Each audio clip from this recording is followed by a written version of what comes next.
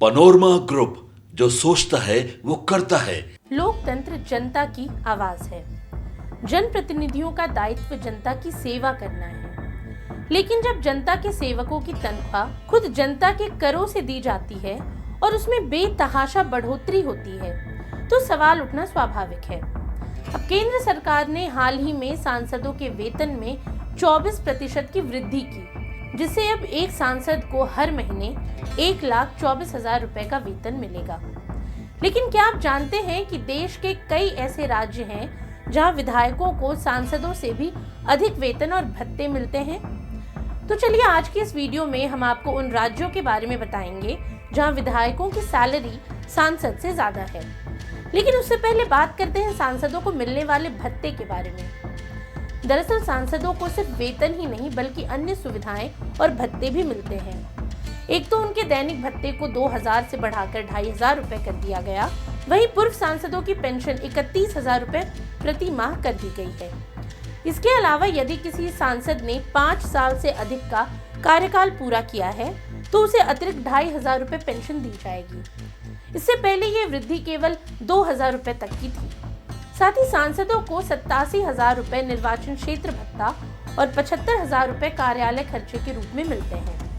इतना ही नहीं, सांसदों को 1 लाख रुपए टिकाऊ फर्नीचर और 25,000 रुपए गैर टिकाऊ फर्नीचर खरीदने के लिए भी दिए जाएंगे। इन सुविधाओं की सूची यहीं खत्म नहीं होती। सांसदों को 34 मुफ्त हवाई यात्राएं, ट्रेन के फर्स्ट क्लास में मुफ्त यात्रा, मेडिकल सुविधाएं, टेलीफोन बिल, पानी का खर्च और दिल्ली में आवास भी मुफ्त दिया जाता है। चलिए अब बात करते हैं उन राज्यों की जहां विधायकों की सैलरी सांसद से ज्यादा है।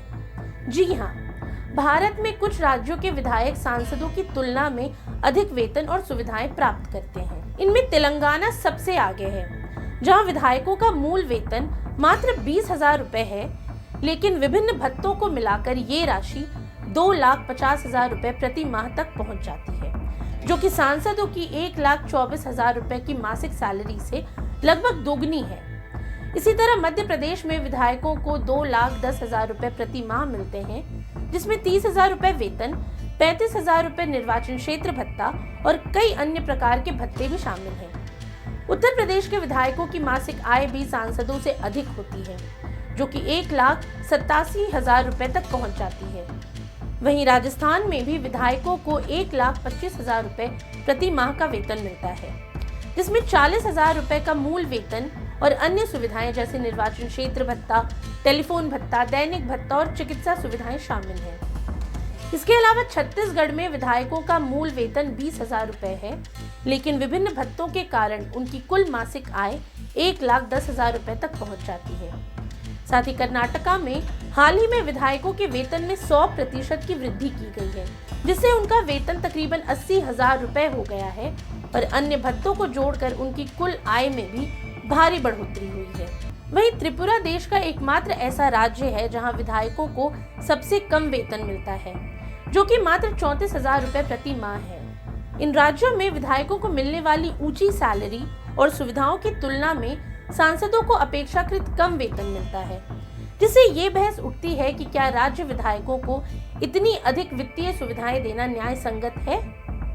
अब गौरतलब है कि लोकतंत्र का मूल उद्देश्य है जनता की सेवा, लेकिन मौजूदा परिदृश्य को देखकर ये कहना कठिन है कि हमारे नेता वास्तव में जनता के लिए काम कर रहे हैं। अगर सांसदों और विधायकों की सैलरी और भत्तों में इतनी बढ़ोतरी की जा रही है, तो क्या आम जनता के लिए भी इसी तरह की आर्थिक नीतियां बनाई जा रही हैं? क्या गरीब किसानों, बेरोजगार युवाओं और मध्यम वर्गीय परिवारों को भी इस तरह की राहत दी जा रही है? अगर नहीं तो फिर इस व्यवस्था को लोकतांत्रिक कैसे कहा जाए? आज जब देश के नागरिक महंगाई और बेरोजगारी से जूझ रहे हैं, तब सांसदों और विधायकों की सैलरी में इस तरह की बढ़ोतरी एक विडंबना ही कही जाएगी। ऐसे में जरूरत इस बात की है कि जनता जागरूक बने और अपने जनप्रतिनिधियों से सवाल पूछे कि क्या वे जनता की सेवा के लिए हैं या सिर्फ अपनी जेबें भरने के लिए। आज के लिए इतना ही। ये सामग्री आपके लिए जुटाई थी उर्वशी शेखर ने और वीडियो संयोजन किया था राहुल कुमार ने।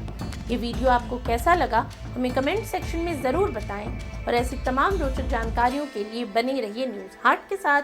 और अब तक अगर आपने हमारे YouTube चैनल को सब्सक्राइब नहीं किया तो अभी जाकर करें और फेसबुक पर हमारे पेज को लाइक और फॉलो करना ना भूलें।